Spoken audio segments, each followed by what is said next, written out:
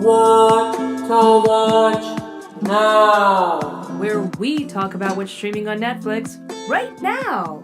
And today's episode, we are back to talking about Chilling Adventures of Sabrina, Season 2! Woo! As usual, they've decided to make the titles extremely convoluted because even though this is Season 2, Episode 1, it is titled Chapter 12, The Epiphany. I think like Part 2 or something dumb like that. Who gives a shit? I will let you know the titles of each episode, but also where we're technically at in the season so it doesn't get too convoluted. As usual, I'm going to be doing all the episodes individually. I don't normally do this. I usually watch a show as a whole and then talk about it as a whole. But Sabrina is one of those rare shows that comes out where it's so dense and a lot happens that it would be an injustice to not talk about all the wonderful little details in between. That being said, I have done Season 1 as a whole. It was actually one of the first things I did on this podcast. So, woo, it's all coming full circle. I already have a playlist of that if you want to check it out. And I'm currently putting these episodes as I record them in a... I don't know if I should put in a new playlist or the same one. It doesn't really matter. Don't worry. Go to SoundCloud. That's where it will be. As you can tell, I'm very caffeinated and I'm excited. I want to say, before we go into this, that I'm really excited so far, besides just the caffeine, because I had expressed a lot when I reviewed the first season that I was pretty worried where it was going to go in Season 2.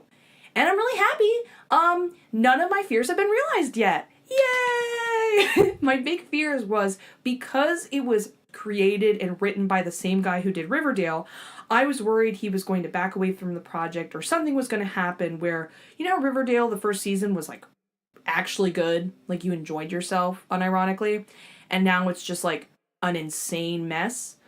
Well, from what I see, he's done a great job not only keeping the tone, lots of dense witchcraft lore and all that jazz, but one of the biggest things I was worried he was kind of writing himself into a hole was the idea that Sabrina would break up with Harvey. There'd be this back and forth love triangle with Nick Scratch, Harvey, and her, as well as just like her kind of becoming dark. I wasn't sure where they were going to go with it, but even one episode in, I am delighted to say this is just not the case. You're kind of rooting for like everyone to win as far as the love triangle is concerned. Nothing causes anxiety. It's just fun to see Sabrina interact with both of the boys. She hasn't interacted technically with Harvey yet so far, but I don't know. I'm welcoming is what I'm saying. And in addition to that, it's more about her and her journey into magic with the sideline of friends and stuff like that. So it takes away a lot of the unnecessary corners you can write yourself into or the melodrama. That being said, guys, I started a Patreon! Woo! And you can find it in the description below. And you should totally sign up for the Patreon. Not only because it enables me to make this podcast and I appreciate your support, but I'm going to be doing secret podcast episodes.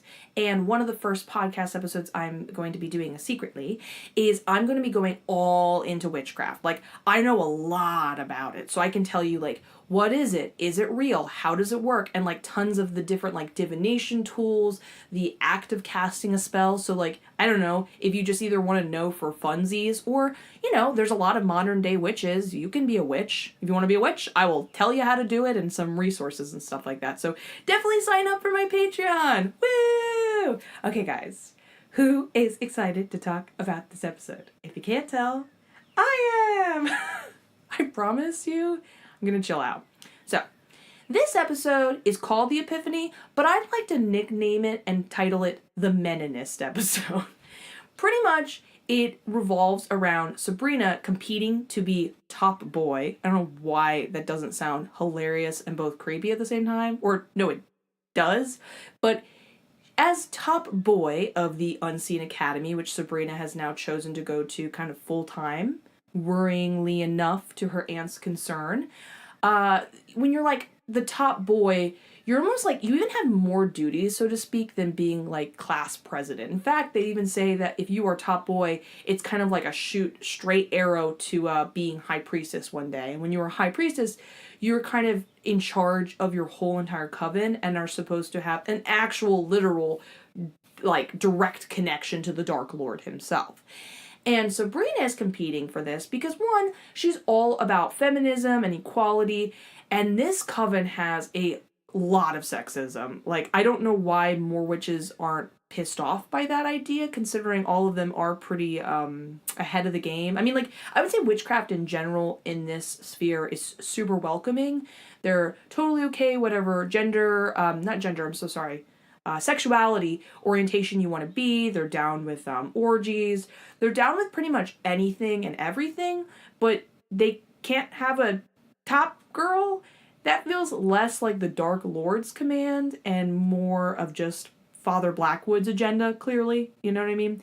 It makes sense. It kind of gave me a really good chuckle how in the last season we got a little bit of an eye-opening preview that he feels that witches are more somehow beloved by the Dark Lord, and he feels upset by this, so it's kind of reverse. Well, I mean, sexism is technically just the general judging of any gender or sex, I think it is. So you can have sexism towards men, but let's be real, it's more towards women, you know. Let's be real, that's more of the problem.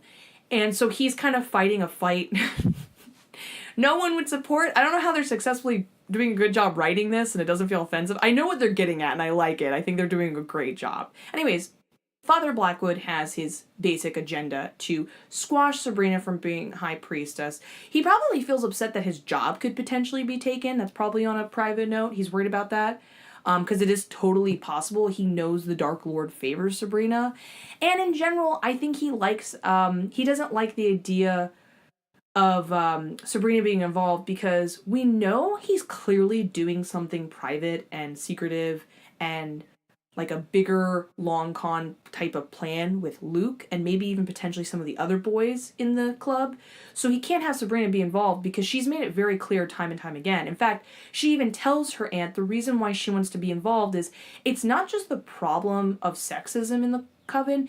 She's like I remember she gets into a fight with Ambrose, which, by the way, I love Ambrose. I was like raving about him all season. He's off to a rough start in my book. He was pissing me off. They did a good job of like pulling you in to liking him as a character and then being like, what are you doing? What? I feel like you're breaking my heart right now. Why are you're on your cousin's team? But that being said, they have a conversation that he thinks Sabrina is fights too many of the traditions and she's like, honey, what are you talking about? I'm down with a lot of the traditions, including a lot of the dark ones. You're not giving me credit for it. But like, no, I don't really like the idea of us eating each other and the fact that a lot of the negative shit seems to be primarily focused on the women of the coven. Not loving that. Would love things to change. I do, because that's something that's really refreshing about this show. It's very dark, and it doesn't pull away from that. In fact, I like the idea that Sabrina is truly that beautiful in-between mix, that she isn't completely against the idea of revenge and a little bit of dark ways of accomplishing a task at hand, or even some of the overall, I mean, I don't even know she's against the whole Dark Lord thing. She just has a personal problem with obviously being controlled, and it's like, how can you not see that you're hurting each other and this is not benefiting the coven as a whole? Shouldn't we be don't we talk constantly about this history that we were banished and condemned by witch hunters and various things like that? Why would we have anything traditionally in any means, whether it be through educational school or at Black Mass, that would kind of be a glimmer of the very thing we've tried to evolve past? Does that make sense? Yeah. Okay. So you got what I'm saying. Anyways, that being said, Nick Scratch eventually is the first one to be pledged, and everyone's like, yeah, Nick. And she puts herself, and by the way, I love that she never backs down to Father Blackwood. And I like the way they have their friction. She's actually a great lesson in foresight of how you should handle these type of problems. It's really easy when you care about a subject to feel passionate and want to yell at that person if they say something offensive about your friends or beliefs or something like that. But often, by standing your ground and keeping cool, you can accomplish things. Well, you can accomplish them. You can come across stronger, get more support, keep a level head to make the best decisions. And I like her tit for tat, the way Father Blackwood will get so riled up, and she just keeps coming off very calm with very logical answers. And she actually, in a way, wins without winning, in my opinion. So Nick Scratch is down to have the competition. He, first of all, likes her, but he's not just going to give her the throne and back down and blanketly do whatever she wants just because he's in crush with her. This is another great thing about the show so far. It's not so idyllic. But he's smart and he's healthy-minded, and Sabrina would love to be in a relationship, or at least know as a friend, someone who is willing to compete and see her as a worthy adversary. It's like a compliment. And so he's like, yeah, I'm down to compete with you. I'd be happy to lose to you, and I'd be happy to win if you're a great competitor, and like, hey, we can kind of like hang out and talk. So there's no problems with one another. In fact, Nick is very offended when they are having kind of a boys club get together in their old kind of almost Oxford Skulls and Bones, which I don't know if you know that, but that's a real secret society, and I think Yale gathering. They have a fake. You think with all their witchcraft they could have a better paper mache head, that's all I'm saying.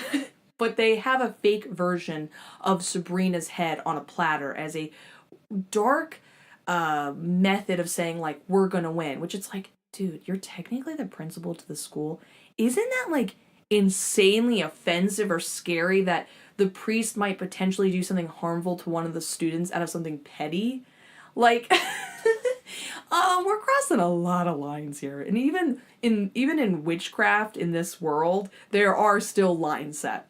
That being said, Nick's not for it. He's very much against it. And along the way, Sabrina has a lot of problems. And not because people are disagreeing with her. In fact, I think her aunt is very kind with her worries instead of just attacking Sabrina. By the way, at one point, when Ambrose... Hold on, let me back up. I'm kind of all over the place because I told you, these episodes are dense and I love it. Okay. Ambrose, for whatever reason, throws some shade. I'm very surprised. And he kind of just goes with his new boyfriend, is kind of sexist towards Sabrina. I can't tell if he's just blinded by his new boyfriend and, you know, he's going along, or maybe there's a fear-based decision that if he chooses to support Sabrina, Father Blackwood could reinstate his imprisonment at the house. That would be an understandable ploy, but it seems genuine, like he's making that decision on his own. And it kind of surprised me considering Ambrose entire last season is nothing but supportive of his cousin in many of her crazy schemes. This seems weird that he would thwart her. He says it's because of she's not really into witchcraft in their traditions, and suddenly now he cares so much about them. Again, that still felt weird and funny. Not like poorly written, just like I'm curious where his head was at.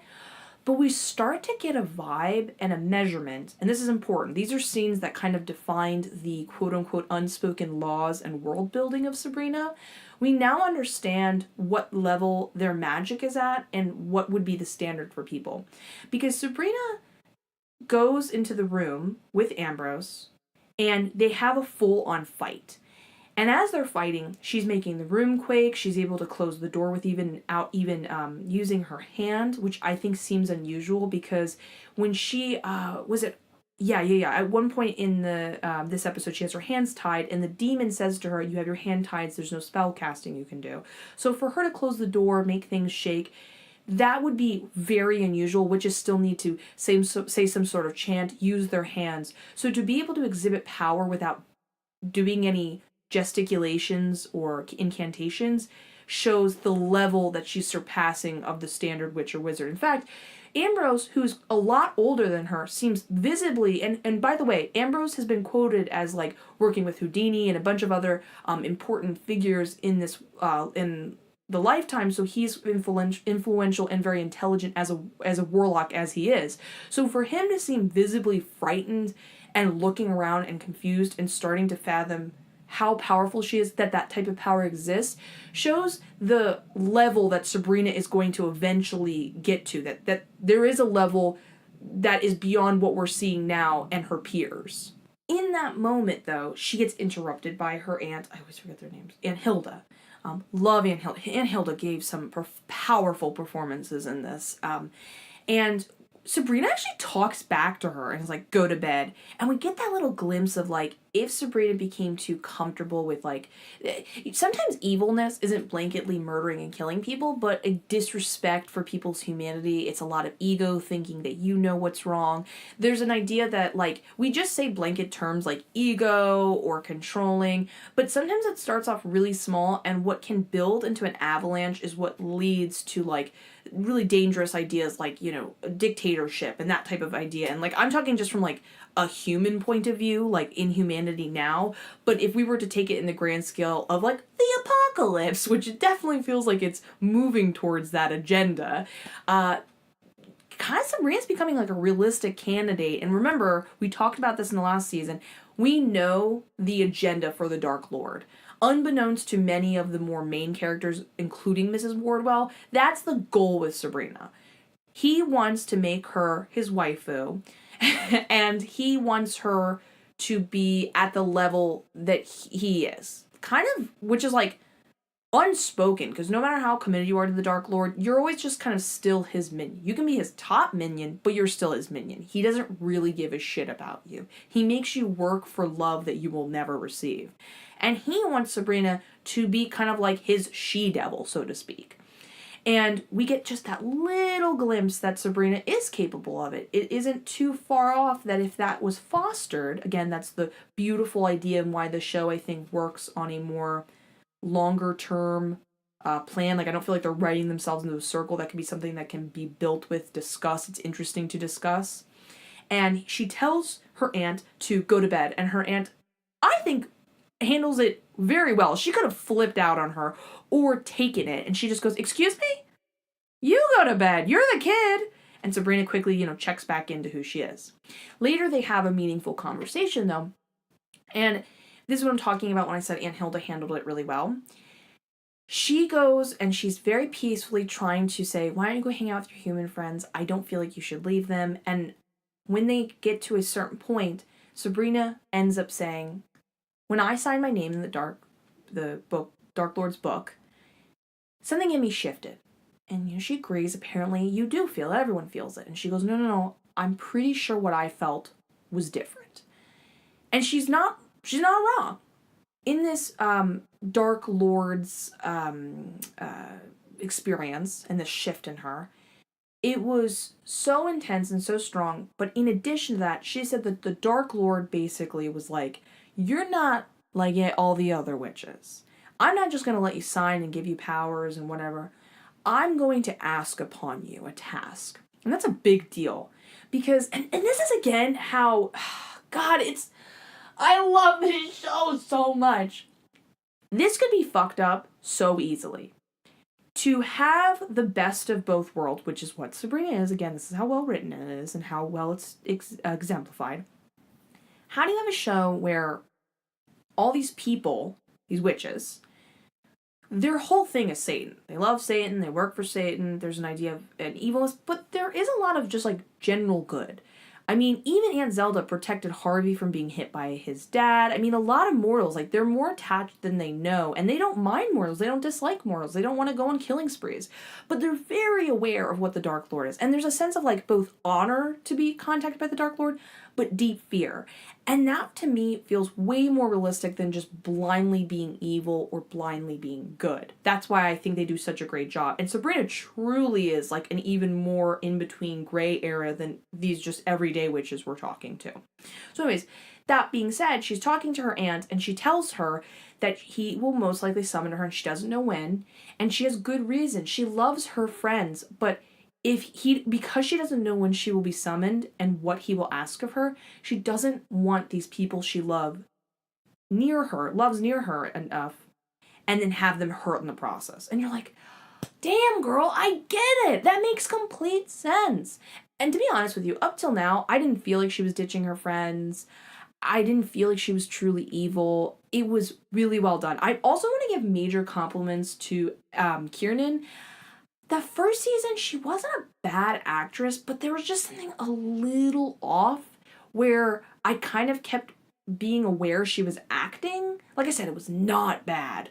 But because we've seen her work in things like Mad Men, and she was also in that recent one with Emma Roberts. It was like a culty film too. We see her level of capabilities as it comes as an actress, and it just felt a little jarring to see her almost kind of novicely acting, just a little bit.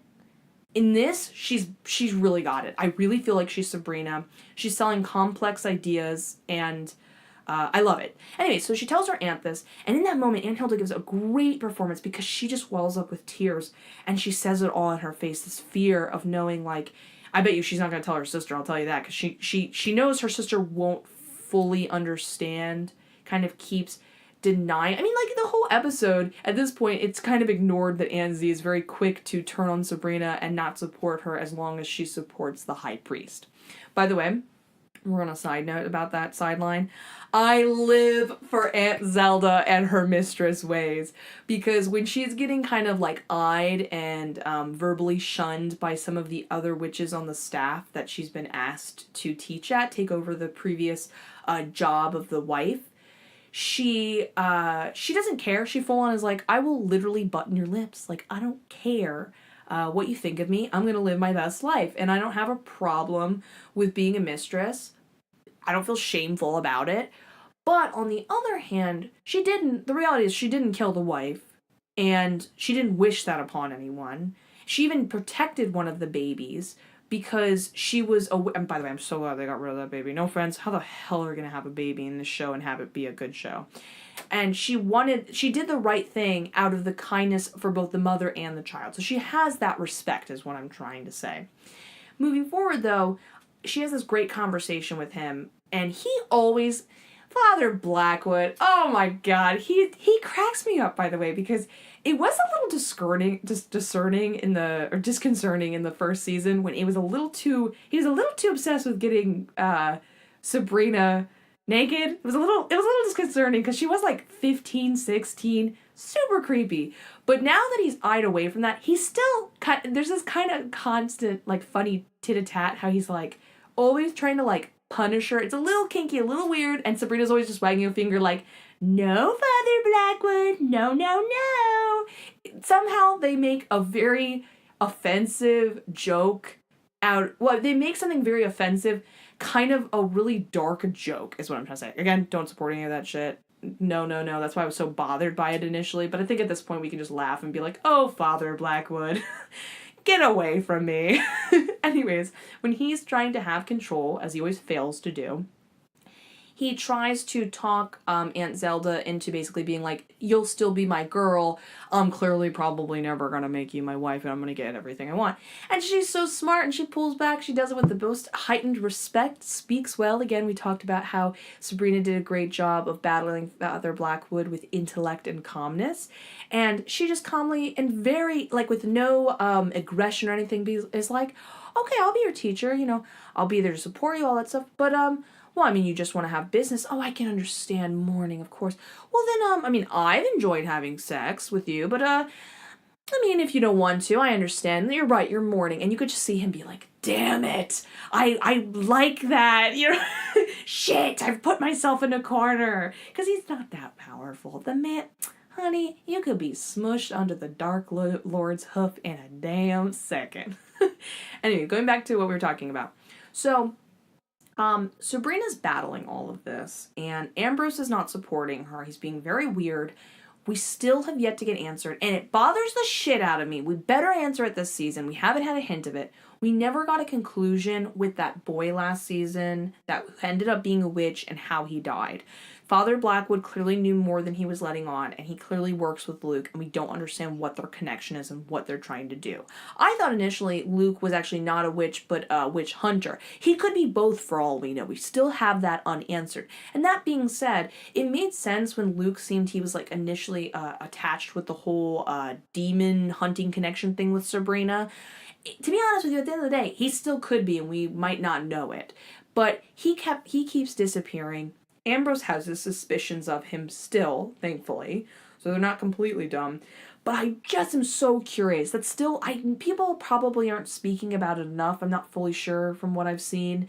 But that is probably the thing that interests me in the show of anything. Now, going to the demons. This is important. Sabrina gets attacked by 3 demons. In the beginning of the episode, she has this whole nightmarish dream. And I love these prophetic dreams she had. And I loved that it was very much like the nativity scene, we could see in the background her mother and father, a baby being shown to the Dark Lord, the 3 wise men taking place of these demons that she saw.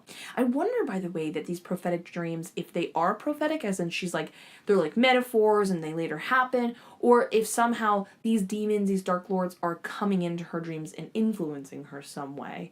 Just putting these theories out there, food for thought. Anyways, the 3 demons are Beelzebub, Lord of Flies, I wonder if he's read the book, Asmodeus, which, by the way, sounds like a badass name for a cat, or like any pet, Asmodeus, Lord of Vermin. By the way, rude, there's lots of lovely rats I've met in my life, and mice and gerbils and all that jazz. And person? I'm a person. Oh, like a human? No, person. So like a person. No, person. Person, Lord of Shadows, which doesn't really fit the agenda with everything else, but whatever. He has bats. He should have really been Lord of Bats. So they all individually attack her with what they have, kind of like what is it called? Oh shit, I totally blanked. You know what I'm talking about? And the whole nativity scene, the whole Jesus Bible story, the 3 wise men. That's what it was. These are like the 3 dirty men, or the 3 infested men. These men, or demons specifically, all try to kill Sabrina. And she takes it as being terrorized in a more frightened way. I wonder if it crossed her mind that she might possibly die, that was the goal, or if she was like, oh, they were just trying to scare me. Yes, it's a demon. Demons are serious, but they were just trying to scare me. We're all in power here. In reality, she gets almost coerced into thinking it's Nick at one point. I don't blame her. He is a conjurer. She thinks it's Luke. She thinks it's one of her peers, Father Blackwood at one point, which is why we get this awesome moment when they make it a cool sigil story thing to summon the demons. Oh, we're going to, like I said, individual story, guys, strap up. This is what these episodes are about. Like I said, I know a ton about witchcraft. I love it. I think it's so cool. I don't personally practice it, but I have another podcast, Mystery Storytime podcast, where I talk about, like, with my partner, like witches, ghosts, demons, all that fun occulty stuff. So over time, we've really learned a lot about this stuff. So, okay, sigils. Sigils are, okay, this is so cool. I actually recently did a whole episode on it if you want to, like, hear the, like, in-depth description of sigils. But sigils have been modernized today as a way of, like, it's a way to capture the idea or spell you want to happen in a subliminal way. And when you create this sigil, it will be, every time you're looking at it, you're subliminally training your subconscious to believe this idea, which then in turn makes your spell more powerful. Again, if you sign up for my Patreon, I'm going to be talking all about what that means in witchcraft and why that's so important. But sigils specifically started out in the medieval ages. I think they have it all the way back to the what is it? It's like caveman time period. It goes back very far. Sigils existed way before Neolithic period. So sigils have been existing like way before we even had like societies and stuff, which is crazy to think about. And these sigils initially started off as a way of summoning demons and angels. Demons and angels can be summoned with these sigils. There's 72 of them in the Lesser Book of Solomon, which they did mention in this. They only mentioned 5 books. Oh, there's 5 books, but there's 72 sigils. There we go. I know, this is so weird and weird. And these sigils are the names, the version of turning the demon or angel's name into a language. Their names cannot be apparently formed into like words. They are formed into symbols, which is their language. So these sigils are their names. there's usually numbers around the circle, which you saw, and those numbers are also personifications of their names numerically. So between the numeric name and the what looks like a picture, but it's just basically a form of their name in their language or whatever, it is their name. And by having the name, it was believed you were able to have control over the demon. And back in the day, apparently, when you had this name and you summoned them, you were using demons and angels as a way to accomplish whatever goal you wanted. And if you know anything about demons, there are things that are just like blanketedly demons that are, like I said, we talk about all this on the podcast. I know this is getting weird, but this is like in history. There's tons of knowledge about it. But there's like your run-of-the-mill demon that's just kind of like terrorizing your thoughts, making you want to, sorry to trigger anyone, make you want to kill yourself, stuff like that. But there are demons that actually have names and they have goals. Again, we did an episode on the other podcast where we talked about how there's one demon where like they don't even want to like they're pretty like bland towards human beings. This demon has like an eagle head or something weird and like the gills on its neck. And this demon has been, apparently people have said, quote unquote, that they've worked with this demon. Again, this is all like, you can believe this or not. I don't know what to think about it. But this demon, when people have summoned it, he basically can help you make really good business decisions and give you confidence. And he really just wants you to kind of like hang a sign saying like, that's his name or something like that casually. That's all. He wouldn't care if you died, but he isn't there to torture you. So not all demons are just blanketly evil. It's kind of weird to work with. I know, this is where we're getting really complex morally. But that's the idea behind sigils, is they were trying to call these demons and see who summoned them. But the thing is, this isn't your run-of-the-mill demon. These demons say they cannot be controlled. They came of their own volition. Even the devil doesn't know they're there. In fact, they're mad with the devil, and that's why they came to attack, or I guess the Dark Lord they're calling him. They're mad at him because, and this is where we get a little tidbit, a little hint for Sabrina. He said, they do not want the half-mortal breed to ascend. Great choice of words. And this is when it becomes a guessing game, because this is the thing.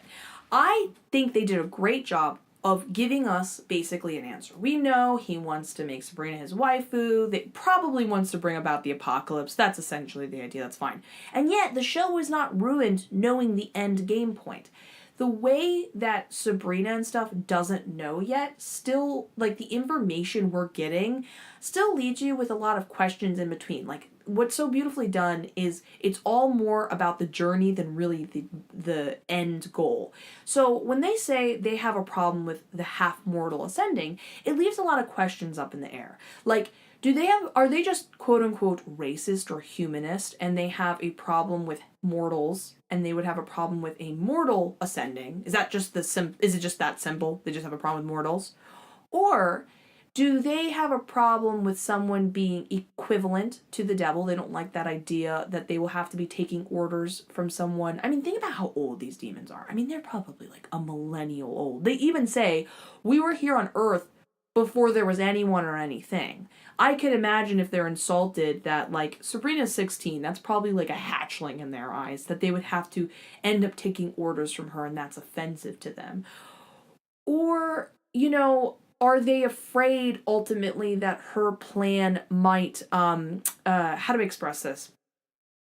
I have this idea in my head that maybe not and I'm talking like a fantasy world, I'm not talking about real life, I'm talking about fantasy world, that maybe demons don't want to truly have the apocalypse happen. They don't want to have all evil spread, because demons like to fester, they like to manipulate, and to be able to manipulate and do something where they're kind of feeding off of your fear, there needs to be this like control group of reality. So they want all of your friends around you to be normal and healthy, so that in comparison you feel even crazier and more fearful, you feel more alone and distrusting, because if your friend was also suffering from a demon attack, probably both of you would bond over that, and that would give you power over the demon. They probably don't, they might not even want the apocalypse to happen, and they think if they can get rid of Sabrina, they could prevent this ultimate thing that might be like, it's like, be careful what you wish for, too much of a good thing is a bad thing type of idea. And I know that seems kind of crazy, but it wouldn't be that nutso that they would want to stop that to ultimately still get everything they want and terrorize over a slower kind of idea. Like, why would you want to wipe out humanity and then have no one to torture? Does that make sense? Yeah. Okay. So, like I said, weird. We're getting crazy. I also loved the way the Coven in general reacted to this evil. Like, I like that while they totally ate a human alive, or I'm so sorry, a witch, doesn't matter, a humanoid person alive, they felt afraid of these higher level demons. They still feel like they're not unaware of how bad it can get. And it's kind of interesting. They're living this in-between life of modernism. I'm sure they have cell phones and, they have their day-to-day lives that they, like they're using mortal technology as well as just like you could say they're advanced in the way that the fact that they have a society and they pay parking tickets and they live a normal life, but then they're still somehow aware and involved with a very medieval premise of evil and good and killing and just bloodlust and all this weird dark shit. I think it's really interesting juxtaposition. Last thing I'm going to say is I'm not forgetting about Love Prudence helping Sabrina this episode. Awesome.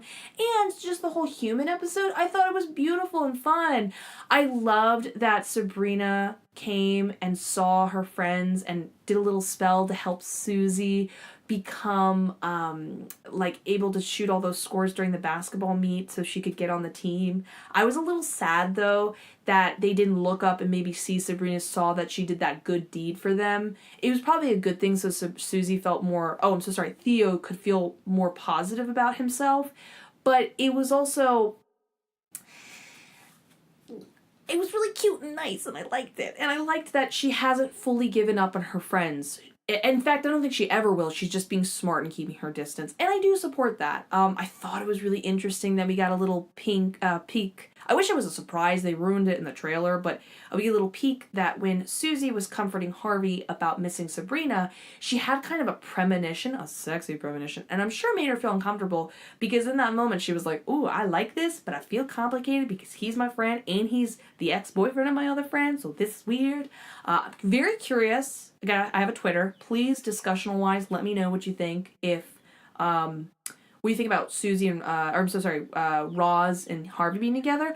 I'm not against that. I'm just kind of against the tensionness it could cause in the friendships between all of them. But I think they would really make a cute couple. They share a lot of similar ideas and they get along great. They are from the same mortal world, so that wouldn't be crazy. But that was like a fun little sneak peek. I like how Harvey and Sabrina are handling their just kind of being apart from each other type thing. And the last thing is, I love how they handled Susie's, aka now Theo's, sexuality.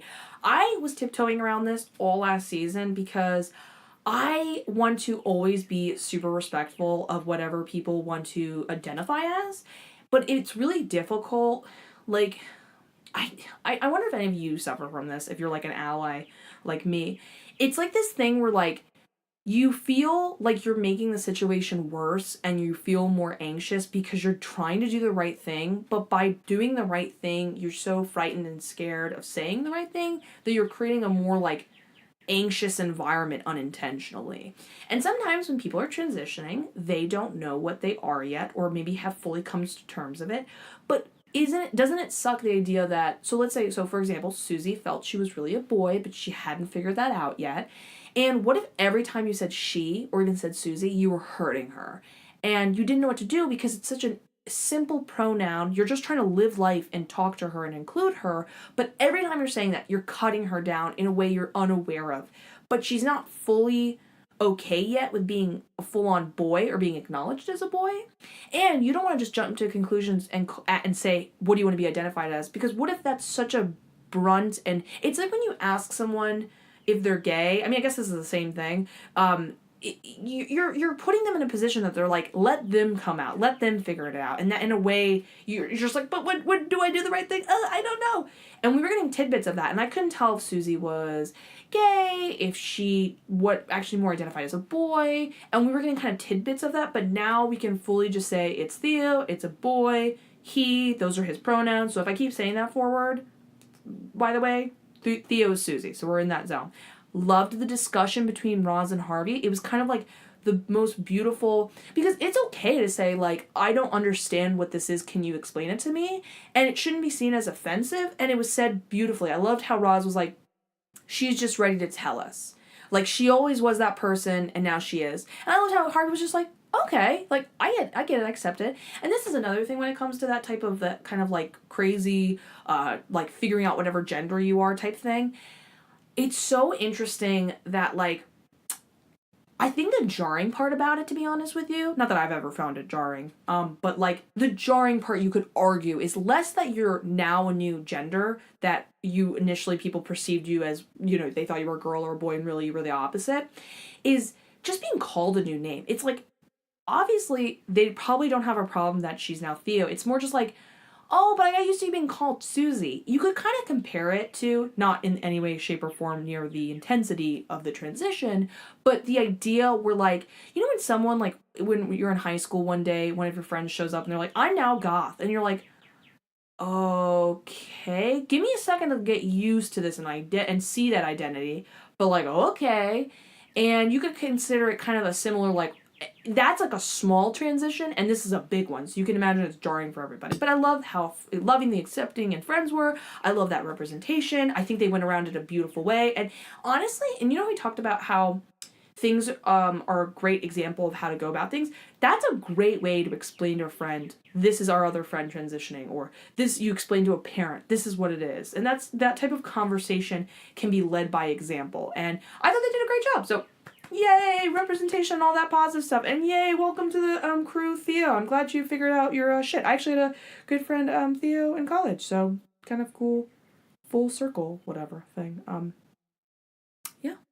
Guys, great episode. I cannot wait to talk about the rest ones. I'm going to be doing episodes kind of like all day and tomorrow. I'm hoping to finish all these episodes in the next like 2 or 3 days. So get excited, get pumped, go sign up for my Patreon. I would appreciate the support. But above anything, guys, subscribe to this podcast. Give me your requests. Follow me on Twitter. All that good shit. I love you so much in the most platonic way possible. I will talk to you in the next episode. Bye!